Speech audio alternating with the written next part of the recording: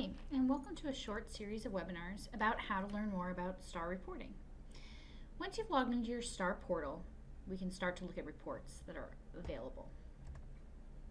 So you're going to click on STAR Reading on the left, and then click on Reports. At the top, you'll see that your school is selected based on your viewing rights. Then you see a number of different reports. Today we're going to be focusing on the screener report. You've given the STAR score, and now it's your chance to get a chance to see which of your students need intervention, are on watch, or at or above the benchmark. When you get into this window, you're going to see a few different options to look at. First, you can choose the grade, or you can choose the classes. Now, if it's a teacher actually looking at this report, you're going to only have the option to look at your class. As an administrator, you could choose to look at an entire grade level at a time and look at all the students in that grade level, so you can choose more than one. So I'm going to click Choose Class. Here, the teacher would just choose their own class.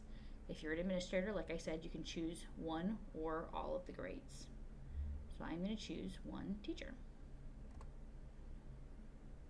And save selection. Then you're going to get a chance to choose the screening window. You're going to go ahead and leave that as default right now for the current screening window. You're going to be able to choose to show grade level equivalent. There is an option to group by, but only if you're an administrator that selected more than one option would this really be an issue. You could choose to group by grade, class, or teacher, and really class and teacher would be listed as the same thing. Then you can sort by last name alphabetically, or you can sort by scaled score, which would sort all your students that are above the benchmark together, then students that are at watch, students that need urgent intervention, all in the same groups. Once you've selected the options that you'd like to look at, you're going to click View Report. Once your report is generated, you're going to see a graph like this.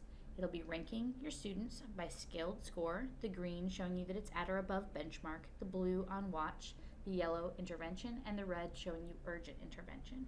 So here you can see below the graph a key showing you exactly what these bars break down to, what percentile they're in, the percentile of your students.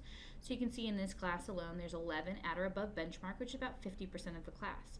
1 student's on watch, 7 students are need intervention, and 3 need urgent intervention. And again, breaking down the percentages of your class.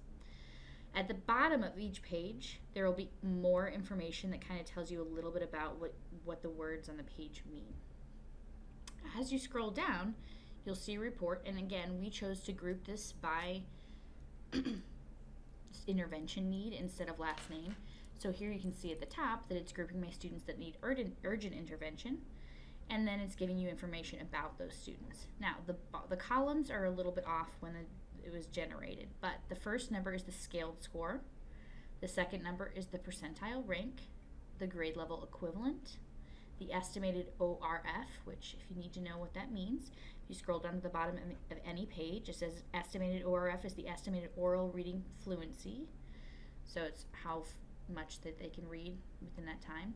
And the ZPT is the zone of proximal development, which means that this is the grade levels that they should be reading. If you're choosing to select books, this is the best zone that you should be choosing to select books within. So you can see all of your students are ranked, and here it would give you the 3 students for intervention, the student on watch, and then on the next page it's grouping together all the students that are at or above the benchmark. Still providing the scaled score, percentile rank, grade level equivalent, estimated ORF, and ZPD for each of those students. Once you have this information, you can start to make some decisions about how you may choose to intervene for your students that need, or maybe even grouping ideas for your classroom.